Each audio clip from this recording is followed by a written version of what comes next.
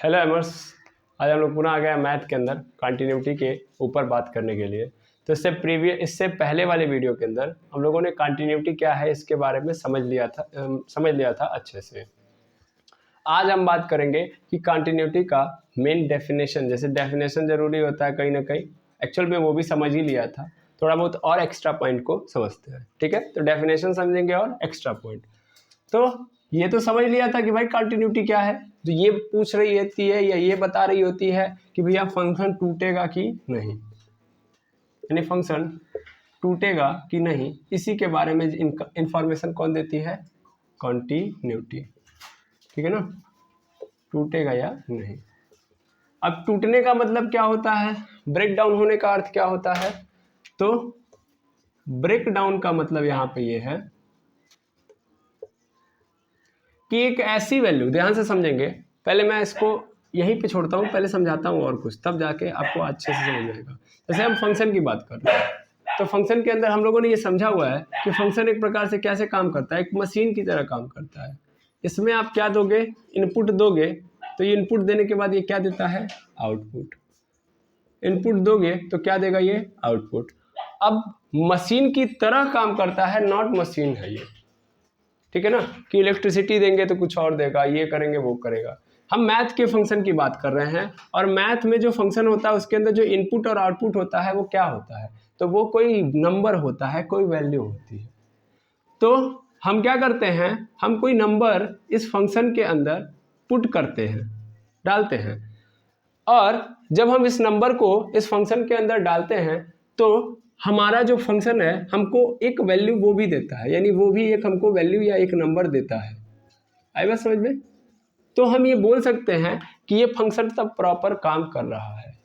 Proper काम करने का मतलब इस नंबर पे यह फंक्शन जब नंबर दे पा रहा है तो इसका मतलब है कि यह फंक्शन इस नंबर को डिफाइन कर पा रहा है, यानी रीड कर पा रहा है, यानी डिफाइन है इस नंबर पे।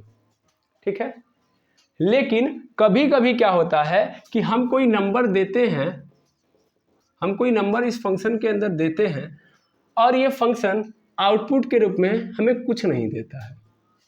आउटपुट के रूप में हमें डॉट डॉट डॉट नजर आता है, यानी एकदम सीधी लाइन, यानी यहाँ पे कुछ नहीं नजर आ रहा है, कुछ नहीं नजर आ रहा। दैट मीन्स फंक्शन यहाँ पे ये बता रहा है कि मैं इस नंबर को नहीं रीड कर पा रहा हूँ, यानी मैं इस नंबर को डिफाइन नहीं कर पा रहा हूँ। तो उस कंडीशन में इस नंबर पे ये फंक्शन क्या हो गया? अनडिफाइंड। यानी जब फंक्शन हमारा इनपुट लेने के बाद आउटपुट दे रहा है, तब इसका मतलब जिस इनपुट पे की बात की जा रही है, जिस नंबर की बात की जा रही है, उस नंबर पे हमारा फंक्शन क्या है? डिफाइन है। और कभी ऐसा हो गया कि हमने कोई इनपुट में नंबर डाला और उस नंबर पे हमारा फंक्शन कोई वैल्यू नहीं दे पा रहा है, उसको समझ ही नहीं रहा है, समझ में ही नहीं आ रहा है कि हम क्या दें, तो इस कंडीशन में क्या हो गया? ये अनडिफाइंड हो गया। ठीक है, कंटिन्यूटी एक्चुअल में यही रिप्रेजेंट कर रही होती है। जो बात आप यहाँ पे देख रहे हो, जो चीजें मैंने अभी एक्सप्लेन की, वही सेम काम यहाँ पे कंटिन्यूटी कर रही होती है। कंटिन्यूटी हमको ये बताती है कि एक फंक्शन जो है वो कब कब अनडिफाइंड हो सकता है। ठीक है, कब कब अनडिफाइंड हो सकता है। मतलब सिंपल, मैं यहाँ पे और सिंपल लेके जाऊं तो सिंपल के लेवल पे भी सिंपल करूं तो यहाँ पे सीधा अर्थ यही है कि कंटिन्यूटी से हम ये पता करते हैं कि फंक्शन टूटेगा या नहीं, और टूटेगा कब? जब अनडिफाइंड होगा। भाई ध्यान दीजिएगा, मैं यहाँ पे एक फंक्शन या एक फंक्शन का ग्राफ मैं बना रहा हूँ, यानी कोई एफ एक्स है, एफ एक्स का मैं ग्राफ बना रहा हूँ। कौन सा एफ एक्स है वहाँ पे मैंने नहीं रिप्रेजेंट किया, बस मैं ग्राफ बना रहा हूँ। तो मैं देख रहा हूँ कि यहाँ पे ग्राफ जो है ऐसे ऊपर की ओर ऐसे गया है, गया है, गया है, और फिर यहाँ पे आया है, फिर यहाँ पे छूट गया है, फिर ऐसे गया है। ठीक है, अब इसका मतलब समझना, इसका मतलब ये है कि जब मैं x की वैल्यू 1 डाल रहा हूँ, सपोज कर लो 1 डाल रहा हूँ, तो भी मुझे क्या आंसर मिल रहा है? एफ एक्स की कोई ना कोई वैल्यू मिल रही है। कहने का मतलब यहाँ पे ये है, x की वैल्यू मैं अगर 1 डाल रहा हूँ, नीचे दिखाई दे रहा है? नहीं दिखाई दे रहा है। मैं थोड़ा सा ऊपर बनाता हूँ, यहाँ पे देखिएगा। ठीक, तो मान लीजिए ये x है, x की वैल्यू मैं 1 डाल रहा हूँ, तो x की वैल्यू 1 पे मुझे fx की वैल्यू कुछ मिल रही है f1। फिर मैंने x की वैल्यू 2 डाली तो मुझे वैल्यू मिल रही है fx की f2 मिल रही है। फिर ऐसे ही x की वैल्यू मैंने 3 डाली तो भी मुझे f3 मिल रहा है। x की वैल्यू मैंने कितनी डाली, 4 डाली, तो भी मुझे कोई ना कोई वैल्यू यहाँ पे नज़र आ रही है मिलती हुई। यानी x की वैल्यू जब मैं 4 डाल रहा हूँ तो भी मुझे कोई ना कोई वैल्यू मिल रही है, कोई मतलब f4 मिल रहा है। लेकिन जब मैं x इज इक्वल टू 5 डाल रहा हूँ तो x इज इक्वल टू 5 पे मेरा फंक्शन कोई ग्राफ नहीं दे रहा है या कोई भी पॉइंट नहीं दे पा रहा है, कोई वैल्यू नहीं दे पा रहा है। यहाँ पे क्या है, खाली है। यहाँ पे क्या है, खाली है। खाली होने का मतलब हमारा फंक्शन यहाँ पे डिफाइंड नहीं है। अब जब मैं x की वैल्यू पुनः 6 डाल रहा हूँ तो 6 पे मुझे पुनः ग्राफ नजर आ रहा है, यानी पुनः मुझे f6 मिल जा रहा है, f6 मिल जा रहा है। x की वैल्यू 7 डाल रहा हूँ, मुझे f7 मिल रहा है। लेकिन x इज इक्वल टू 5 पे मुझे इस फंक्शन की कोई वैल्यू नहीं मिल पा रही है। इसका मतलब x इज इक्वल टू 5 पे मुझे कोई आउटपुट नहीं मिल रहा है। इसका मतलब यहाँ पे ये है कि भैया मैं इसके अंदर 5 डाल रहा हूँ तो ये मुझे कुछ नहीं दे पा रहा है। इसका मतलब ये क्या है, अनडिफाइंड है। और जिस पॉइंट पे ये अनडिफाइंड है इसका मतलब उसी पॉइंट पे ये क्या हो गया, ब्रेक हो गया। देखिए ब्रेक हो गया कि नहीं हो गया। उसके पहले ये लगातार चला ना, x से लेके 4 से मतलब 5 के पहले तक तो ये लगातार चलते गया। मार्कर मुझे कहीं भी उठाना पड़ा, फिर से देख लीजिए, नहीं तो लगातार चला। लेकिन जो ही ये 5 पे आया वहीं पे क्या हो गया, मेरा मार्कर रुक गया क्योंकि इसके आगे मुझे प्लेस नहीं मिल रहा है। पुनः जब मैं x बराबर 6 पे जा रहा हूँ तब मुझे नजर आ रहा है कि हाँ मुझे ग्राफ दिखाई दे रहा है। फिर x बराबर 6 से फिर जब मैं आगे बढ़ रहा हूँ तो मुझे क्या हो रहा है, फिर कंटिन्यूअस मेरा मार्कर चलता जा रहा है। इसका मतलब पुनः आगे वैल्यूज मिलती जा रही है, पुनः फंक्शन डिफाइन कर पा रहा है। लेकिन x इज इक्वल टू 5 पे वो अनडिफाइंड है, यानी x इज इक्वल टू 5 पे वो डिफाइन नहीं कर पा रहा है। और जब वो नहीं डिफाइन कर पा रहा है तो वहीं पे वो क्या हो गया है, ब्रेक हो गया है। आई बात समझ में। अब इससे हमको ये पता चल गया कि ये जो फंक्शन है x इज इक्वल टू 5 पे अनडिफाइंड है, यहाँ से ये दिख रहा है इस ग्राफ से। और ये भी पता चल गया कि ये ब्रेक हो गया है। तो अगर कोई पूछ रहा है कि फंक्शन टूट रहा है, कह रहा है कि ये फंक्शन टूट जा रहा है, तो टूट जाने का मतलब उस वैल्यू पे वो डिफाइन नहीं हो पा रहा है, इसलिए वहाँ पे फंक्शन क्या हो गया है, ब्रेक हो गया है। और कंटिन्यूटी एक्चुअल में हमको यही बताती है कि एक वैल्यू के ऊपर या किसी पर्टिकुलर वैल्यू पे हमारा जो फंक्शन है वो टूट रहा है या नहीं। कंटिन्यूटी यही फंक्शन के अंदर चेक करके बताती है। ठीक, इस बारे में हम लोगों ने बात कर ली है लेकिन पुनः जरूरी है समझना। ठीक है, तो फंक्शन टूटेगा या नहीं वो कौन बताता है, कंटिन्यूटी। कैसे चेक करती है वो, तो वो क्या करती है कि किसी भी पर्टिकुलर वैल्यू को पकड़ती है, जिस वैल्यू पे हमको ये चेक करना है कि हमारा जो फंक्शन है वो कॉन्टिन्यूअस है या नहीं, तो उस वैल्यू को पकड़ती है, उस वैल्यू के लेफ्ट साइड को पकड़ती है, उस वैल्यू के राइट साइड को पकड़ती है। और तीनों पॉइंट्स पे वो क्या करती है, तीनों पॉइंट पे वो फंक्शन को डिफाइन करती है, यानी तीनों वैल्यूज को डालती है। यानी अगर मैं x इज इक्वल टू 5 पे इसी फंक्शन को देख रहा होता तो मैं क्या करता, मेरी मतलब कंटिन्यूटी क्या करती, मैं नहीं करता। कंटिन्यूटी का जो कॉन्सेप्ट है वो क्या करता, वो यही करता भाई कि पहले 5 डाल के इस फंक्शन को डिफाइन करता fx को, फिर 5 के राइट साइड में, राइट साइड मतलब 5 प्लस डाल के इस फंक्शन को डिफाइन करता, फिर 5 माइनस डाल के इस फंक्शन को डिफाइन करता। और तीनों अगर बराबर नहीं आ रहे हैं तो इसका मतलब ये बोल देगा कि ये फंक्शन इस पॉइंट पे टूट रहा है। और अगर तीनों की तीनों वैल्यूज क्या आ गई, बराबर आ गई, तो इसका मतलब यह फंक्शन टूट नहीं रहा है, ब्रेक नहीं हो रहा है, यानी यह फंक्शन तब क्या है, कंटिन्यूअस है। और कंटिन्यूअस होने का मतलब इस पॉइंट पे वो डिफाइंड है। कंटिन्यूअस होने का मतलब इस पर्टिकुलर पॉइंट पे फंक्शन क्या है, डिफाइंड है। टूटेगा तभी जब वो डिफाइन नहीं होगा। ठीक है, अब इसीलिए डिफाइंड नहीं है, क्योंकि अनडिफाइंड का केस क्या कहता है, अनडिफाइंड का केस मतलब वहां पे 7 प्रोस्पेक्टा है मैथ के अंदर, 7 टर्म्स ऐसे हैं जहां पे हम मैथ के अंदर बोलते हैं कि अनडिफाइंड है, जो हम लोग जानते हैं। 7 कौन कौन से हैं, कौन कौन से हैं बताइए, 0/0, इनफाइनाइट अपॉन इनफाइनाइट, इनफाइनाइट पे पावर 0, फिर 1 पे पावर इनफाइनाइट। ऐसे ही हमारे पास बहुत सारे मिलेंगे, कितने, 7 ही मिलेंगे। बहुत सारे बोल देंगे तो फिर समस्या हो जाएगी। टोटल कितने टर्म है, 7। इनफाइनाइट अपॉन इनफाइनाइट, 0/0, यहां पे लेके रख देता हूं तीसरा,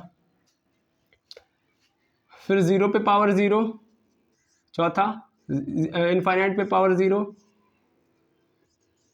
पांचवा 1 पे पावर इनफाइनाइट, छठा क्या हुआ, infinite minus infinite, infinite minus infinite, और फिर 0, 0 इंटू 0, 0 इंटू इनफाइनाइट।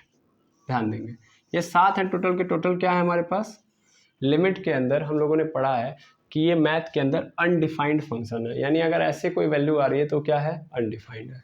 यहाँ पे होता भी यही है कि जब हम 5 वैल्यू डालते हैं फंक्शन के अंदर तो हमको इन सातों में से कोई मिलता है, और इसीलिए हम लोग क्या बोलते हैं कि ये अनडिफाइंड है।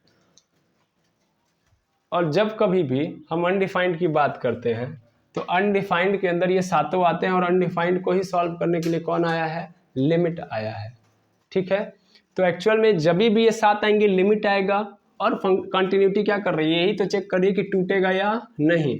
और अगर टूट रहा है तो कौन सी वैल्यू आ गई, अनडिफाइंड, और अनडिफाइंड के लिए ये सब सातों और ये सातों तो लिमिट। तो कंटिन्यूटी और लिमिट इस तरीके से भी आपस में क्या है, इंटरकनेक्टेड है। ठीक है, आप जो ये बात देख रहे हो ये तो चलिए ठीक है, मैंने यहाँ पे जो फंक्शन बनाया है वो कैसा नहीं है, प्रैक्टिकल नहीं नजर आ रहा है आपको कि हाँ सर ऐसा कोई फंक्शन नहीं हो सकता है। लेकिन आप ट्रिग्नोमेट्रिक फंक्शन पढ़े होंगे, ट्रिग्नोमेट्रिक फंक्शन के अंदर आप लोगों ने साइन का ग्राफ पढ़ा होगा, कॉस का ग्राफ पढ़ा होगा, टैन का ग्राफ पढ़ा होगा, कॉट का, सेक और कॉसेक का ग्राफ पढ़ा होगा। उन सभी ग्राफ के अंदर अगर आप बात करोगे तो सभी ग्राफ को एनालिसिस करोगे तो साइन और कॉस का एक ऐसा ग्राफ होता है जो उसमें हर पॉइंट पे वो कंटिन्यूअस आपको नजर आएगा, लेकिन उसके बाद के चारों किसी न किसी पॉइंट पे ब्रेक होंगे। ब्रेक होने का मतलब अनडिफाइंड होंगे। है बात समझ में, ये आप लोग पहले से भी जानते हो, पहले से भी पढ़ के आए हो। ठीक है, जैसे अगर हम बात करें यहाँ पे, मान लीजिए साइन का ग्राफ है, तो साइन का ग्राफ ऐसे ही चलता है, ऐसे चल रहा होता है, ऐसे, ये साइन का ग्राफ है। इसमें किसी भी पॉइंट पे आप देखो, किसी भी पॉइंट पे आप बताओ क्या ये अनडिफाइंड नजर आ रहा है। अनडिफाइंड का नज़ारा देखना हो तो सबसे पहले ये देखो कि ब्रेक हो रहा है क्या, कहीं ब्रेक हो ही नहीं रहा है। अगर आप एक पॉइंट पे मार्कर रखोगे तो दूसरे एंड तक आराम से जाते जाओ जाते जाओ जाते जाओ, कहीं पे भी हमारा मार्कर रुकेगा नहीं। इसका मतलब ग्राफ ब्रेक नहीं हो रहा है। ग्राफ ब्रेक नहीं हो रहा है यानी ग्राफ टूट नहीं रहा है। टूट नहीं रहा है तो किसी भी वैल्यू पे वो अनडिफाइंड नहीं है, हर वैल्यू पे उसको डिफाइन किया जा सकता है। कहने का अर्थ ये है। ठीक है, उसी तरीके से कॉस का भी देखोगे तो कॉस का भी इससे इसी तरीके से सिमिलर होता है। बस इसको यहाँ से उठाओ और इसको यहाँ पे पुट कर दो बीच में इसके। ठीक है, ऐसे आधे आधे पे चलते रहता है। ठीक है, तो आधे आधे पे चलते रहता है, इस तरीके से कहानी बनती रहती है। बस वो क्या बन जाएगा आपका, कॉस का। लेकिन जब आप टैन का देखोगे, किसका देखोगे, टैन का, तो चलिए टैन का देखा जाए। टैन के अंदर जो वैल्यूज होती है वो कैसी होती जाती हैं, ध्यान देंगे आप लोग। टैन में जब हम π/2 के नज़दीक जाते हैं तो वैल्यू कैसी होती है, चलिए यहाँ पे देखिएगा। टैन में 0 से अगर हम π/2 के बीच में जाते हैं तो यहाँ से देखेंगे तो 0 से लेकर π/2 से पहले तक वैल्यू इंक्रीज करती है। वैल्यू क्या होती है, इंक्रीज। टैन 0 पे 0, टैन 30 पे 1/√3, टैन क्या बोलते हैं 45 पे हमको 1 मिलता है, फिर टैन 60 पे हमको √3 मिलता है, और टैन 90 पे जब हम पहुँचते हैं तो अनडिफाइंड का केस नज़र आता है। ठीक है, तो उसके ग्राफ में भी आपको ये चीज़ें नज़र आएंगी कि जहाँ जहाँ क्या मिलेगा हमको, मल्टीपल ऑफ π/2 नज़र आएगा, वहाँ पे क्या हो जाता है, वो अनडिफाइंड हो जाता है। ये मान लीजिए हमारा 0 है, ये मान लेते हैं π/2 है। ठीक है, तो अगर मैं सिंपल यहाँ से स्ट्रक्चर को डिफाइन करूँ, ऐसे सिंपल यहाँ से मैं देखूँ तो मान लीजिए यहाँ से क्या हो रहा है, यहाँ से जब मैं 0 से π/2 तक जा रहा हूँ तो धीरे धीरे बढ़ रहा है बढ़ रहा है बढ़ रहा है बढ़ रहा है, हाँ है ना, बढ़ रहा है। लेकिन जो ये π/2 के पास पहुंचेगा ये क्या हो जाएगा, अनडिफाइंड। π/2 पे हम डिफाइन नहीं कर सकते इसको। ये देखो लाइन ऐसे सीधी चली जाएगी लेकिन ये π/2 को टच नहीं करेगी। π/2 पे इसको पता ही नहीं क्या होने वाला है। तो यानी ये फंक्शन जो tan वाला है, यानी fx = tan थीटा में हम देखें और बात करें तो सीधा अर्थ यही है कि जब π/2 की वैल्यू जहाँ कहीं भी आएगी या π/2 के मल्टीपल आएंगे, इस tan को यानी इस फंक्शन के अंदर जब भी मैं π/2 डालूंगा, कहने का मतलब है तो ये हमको क्या आंसर देगा, नॉट डिफाइंड, सीधा सीधा एरर दिखा देगा। ठीक है, तो सीधा अर्थ यही याद रखिएगा कि अगर fx है इसके अंदर π/2 डालूंगा और ये एफ एक्स है क्या, F X is equal to tan theta है, तो हमको क्या दिखाएगा, एरर। और एरर का मतलब क्या है, नॉट डिफाइंड, यानी ये डिफाइन नहीं कर सकता, यानी अनडिफाइंड है। ठीक है, इसका मतलब अगर इस ग्राफ को देखोगे तो ये क्या हो गया, टूट गया कि नहीं टूट गया, इस पॉइंट पे टूट गया। हर बार ऐसे ही तो चल रहा होगा, फिर जब इधर आओगे तो फिर ऐसे ही घट जाएगा, ये इधर माइनस में जब चलेगा तो -π/2 तक आते आते ये ऐसे चलेगा। क्लियर है। फिर ऐसे ही जब मैं आगे बनाऊंगा तो 3π/2 वाले केस में ऐसा ही होगा कुछ, हाँ या ना। ऐसे ही फिर आगे बढ़ेगा, फिर क्या हो जाएगा, डाउन हो जाएगा, मतलब सॉरी 3π/2 पे फिर से क्या हो जाएगा, ये अनडिफाइंड, क्या हो जाएगा, अनडिफाइंड।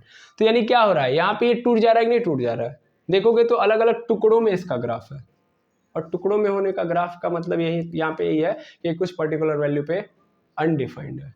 तो एक्चुअल में हम कंटिन्यूटी से यही सीखते हैं कि किस किस पॉइंट पे हमारा फंक्शन क्या हो सकता है, अनडिफाइंड या टूट सकता है। ठीक है, जब हम ये पढ़ेंगे ना तो इसका हमको डिफरेंशिएशन में बड़ा हेल्प मिलेगा समझने में, क्योंकि अभी हम ये चेक कर रहे हैं कि देखो पहले लिमिट से हम लोगों ने ये देख लिया कि कैसे, समझिएगा ध्यान से, लिमिट से हम लोगों ने ये सीखा कि कैसे हम किसी भी पर्टिकुलर वैल्यू पे जहां पे वो अनडिफाइंड है फंक्शन उसको डिफाइन बनाएं। लिमिट हमको ये सिखा रही है कि जहां पे अनडिफाइंड हो जा रहा है वहां पे कैसे हम लोग क्या करें, उसको डिफाइन बनाने का प्रयास करें। ठीक है, यानी सॉल्व कर रहे हैं। लेकिन फिर हम आते हैं कंटिन्यूटी के पास, और कंटिन्यूटी हमको ये सिखाती है, ये चेक करना सिखाती है कि कौन सा फंक्शन कंटिन्यूअस है और कौन सा डिसकंटिन्यूअस है। ये चेक कर लेंगे हम लोग। लिमिट ने हमको सिखाया कि अनडिफाइंड को सॉल्व कैसे करते हैं, और कंटिन्यूटी हमको सिखाएगी कि कौन से फंक्शन में कब कब कोई कौन कौन से कोई भी फंक्शन है किन किन वैल्यूज पे वो क्या होगा, अनडिफाइंड होगा। ये दोनों सिमिलर ही हैं, वो सॉल्व करना सिखा रही है और ये क्या कर रहा है, ये चेक करना सिखा रहा है कि किन किन वैल्यूज पे क्या है, ये अनडिफाइंड है। फिर जब हम ये पकड़ लेंगे तो फिर हम इसको आगे बढ़ाएंगे तो हम ये देखेंगे कि जो जो फंक्शन हमको कंटिन्यूअस मिले हैं उन फंक्शन के अंदर हम लोग छोटे छोटे चेंज निकालना स्टार्ट करेंगे। छोटे छोटे चेंज के बारे में मतलब छोटे छोटे सेगमेंट के बारे में पढ़ना सीखेंगे, जहाँ पे हम लोग कैलकुलस के अंदर पढ़ते हैं डिफरेंशिएशन और इंटीग्रेशन। क्योंकि उसके लिए हमको जरूरी क्या है, उसके लिए हमको जरूरी है ये जानना कि हमारा जो ग्राफ है वो कंटिन्यूअस है कि नहीं है। ठीक है, तो कंटिन्यूटी हमको यही समझा रही होती है कि फंक्शन टूटेगा या नहीं। क्लियर है। अब इसको हम लोग चेक कैसे कर देंगे, ये तो हम लोगों ने ग्राफ के थ्रू देख लिया। ठीक है, तो हम लोग बोल सकते हैं कि कंटिन्यूटी हमको चेक करने का जो हमारे पास तरीका है वो यही है कि a function said to be continuous at point A when if लिखिए if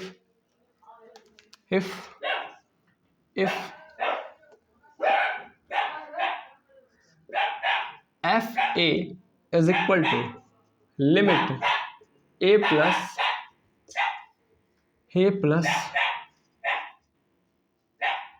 फंक्शन यहाँ पे एफ एक्स लिख लीजिएगा, एफ एक्स है सॉरी, तो f a is equal to a plus is equal to limit a minus f a minus, अगर कुछ इस तरीके से हमको नजर आ रहा है तो ठीक है,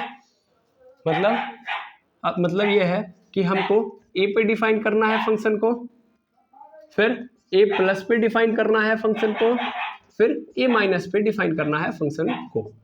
ठीक है, अब अगर ये तीनों वैल्यू बराबर हो गई, ये क्या है प्लस मतलब ये है आर एच एल और ये क्या है एल एच एल, और ये क्या है फंक्शन की value at a point A.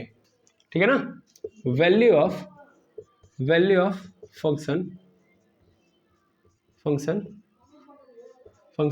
Eight point A, ठीक है ना, यानी ए पॉइंट पे ये फंक्शन की वैल्यू है।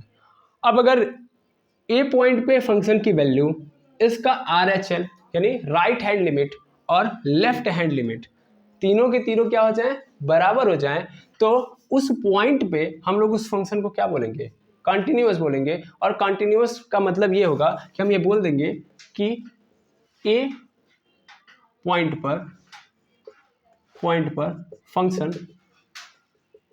फंक्शन टूटेगा नहीं, सीधा मतलब ये है, यानी ए पॉइंट पर ये फंक्शन जो है वो टूटेगा नहीं। क्लियर है। इससे हमको ये पता चल जाएगा। तो हमें क्या करना है, बड़ा सिंपल काम तो करना है। कभी भी हमको कोई फंक्शन दे देगा और इस फंक्शन पे हमको पूछे एक फंक्शन दे देगा, एक वैल्यू दे देगा, कह देगा कि ये लो वैल्यू और इस वैल्यू पे बताओ ये फंक्शन कंटिन्यूअस है कि नहीं है। तो हमें क्या करना है, हमें सिंपल काम ये करना है कि उस वैल्यू को रखना है, उसके अंदर वैल्यू निकाल लेनी है। फिर हमको क्या करना है, उसी वैल्यू का क्या बोलते हैं, राइट हैंड ले लेना है। राइट हैंड लिमिट आपको लेने आता है, लिमिट में हम लोगों ने सीख लिया है। फिर उसी का हम लोग लेफ्ट हैंड लिमिट ले लेंगे, फिर वो देख लेंगे। और तीनों कंडीशन में हम तीनों की वैल्यू देखेंगे। अगर तीनों की वैल्यू क्या हो रही है, बराबर हो रही है, तो क्या होगा, कंटिन्यूअस होगा, अदरवाइज नहीं होगा। ठीक है। अब अगर इतनी बात समझ में आ गई तो आप समझ लीजिए कि कंटिन्यूअस को अच्छे से कंटिन्यूटी को आप अच्छे से डिफाइन कर सकते हो। अच्छा, इतनी बात को अगर मैं और समराइज करूं या और डिटेल में लेके चलूं तो इतनी ही बात को, ये जो लिखा गया ये तो क्राइटेरिया फिक्स है ना। तो याद रखिएगा कि अगर ये तीनों क्राइटेरिया फिक्स है, यानी f a is equal to ये हो रहा है, तभी कंटिन्यूअस होगा, अदरवाइज क्या हो जाएगा, डिसकंटिन्यूअस। यानी कब कब डिसकंटिन्यूअस होगा, यहीं पे देख लीजिए, इसी चीज को मैं बता रहा हूँ। पहला, अगर मान लीजिए हमने क्या डाला, हमने एफ एक्स के अंदर एक्स इज इक्वल टू क्या डाला, ए डाला, और ये फंक्शन कह रहा है कि हम डिफाइन नहीं है, यानी ए डालने पे ये एग्जिस्ट नहीं कर रहा है, not exist. X is equal to A पर ये नॉट एग्जिस्ट का कहानी दिखा रहा है कि हम एग्जिस्ट नहीं कर सकते, तब ये फंक्शन क्या है, डिसकंटिन्यूअस है, सीधा सीधा वहीं से सिरे से नकार दिया जाएगा। पहला पॉइंट तो ये हो गया। दूसरा पॉइंट, अगर मान लीजिए आपने क्या निकाला, LHL निकाला और फिर RHL निकाला, अगर LHL और RHL आपस में बराबर नहीं है तो भी फंक्शन डिसकंटिन्यूअस है। उसी तरीके से अगर हमने क्या किया, हमने LHL निकाला और RHL निकाला, अब ये बराबर हो गए, लेकिन हमारा जो fx है वो बराबर नहीं हो रहा है, तब भी क्या हो गया, ये नॉट डिफाइंड हो गया। तो ये तीनों केस आपको पकड़ने पड़ेंगे। ठीक है, याद रखिएगा, तीनों केस आपको याद रखना है कि इन तीनों कंडीशन में डिसकंटिन्यूअस होगा फंक्शन। डिसकंटिन्यूअस फंक्शन की पहचान यही है कि इन तीनों में से कोई एक केस होगा जिसके थ्रू आप पहचान लेना कि ये क्या है, फंक्शन इस पॉइंट पर डिसकंटिन्यूअस है। क्लियर है। तो आई होप आपको कंटिन्यूटी का ये जो बेसिक कॉन्सेप्ट है और बेसिक जो रूल है जिस पे आपको पूरा कंटिन्यूटी चलाना है, समझ में आ गया होगा। ठीक है, तो इतने के साथ अब जब हम कल आएंगे तो जहाँ पे हम लोग ये देखेंगे कि इंड पे क्या स्थिति बनती है। ठीक है, अभी थोड़ा सा मैं इसके इंट्रो दे देता हूँ। जैसे मान लीजिए एक ग्राफ मैंने बनाया, ये ग्राफ है, सपोज कर लीजिए ऐसे, ठीक है, एक ग्राफ है। अब मैं क्या देख रहा हूँ, ध्यान दीजिएगा, मैं x बराबर ए पे मान लीजिए x बराबर ए पे यहाँ पे देख रहा हूँ। ठीक है, तो x बराबर ए पे मेरा पॉइंट यहाँ पे आ रहा है, ध्यान दीजिएगा, ये ग्राफ है। ठीक है, अब मैं ये चेक करना चाहता हूँ कि ये कंटिन्यूअस है कि नहीं इस x बराबर ए पे। तो भाई यही तो क्राइटेरिया लगाऊंगा मैं, जितना मैं सीखा उतना ही मैं बता रहा हूँ फिलहाल में। तो मैं ये बोलूँगा कि मैं सबसे पहला काम क्या करूँगा, ए पे मैं फंक्शन को चेक करूँगा, फिर उसका राइट हैंड लिमिट निकालूंगा और फिर लेफ्ट हैंड लिमिट निकालूंगा। तो ध्यान से देखो, तो x बराबर 1 पे अगर मैं देखूँ तो इसका लेफ्ट हैंड लिमिट तो निकल सकता है, लेकिन राइट हैंड लिमिट कहाँ है, राइट हैंड लिमिट है, एग्जिस्ट कर रहा है कहीं पे नहीं। तब क्या होगा इस कंडीशन में, इस फंक्शन को हम तब क्या बोलेंगे, डिसकंटिन्यूअस या कंटिन्यूअस। इसी की बात हम लोग नेक्स्ट वीडियो के अंदर करेंगे। ओके, तो अभी आप फिलहाल में ये समझ लिए, तो अभी उसको हम नेक्स्ट वीडियो के अंदर देखेंगे और वहाँ से हम लोग क्वेश्चन को स्टार्ट करेंगे। ओके, तो आई होप आज समझ लिए होंगे। मिलते हैं नेक्स्ट वीडियो के अंदर। Thank you very much एमर्स।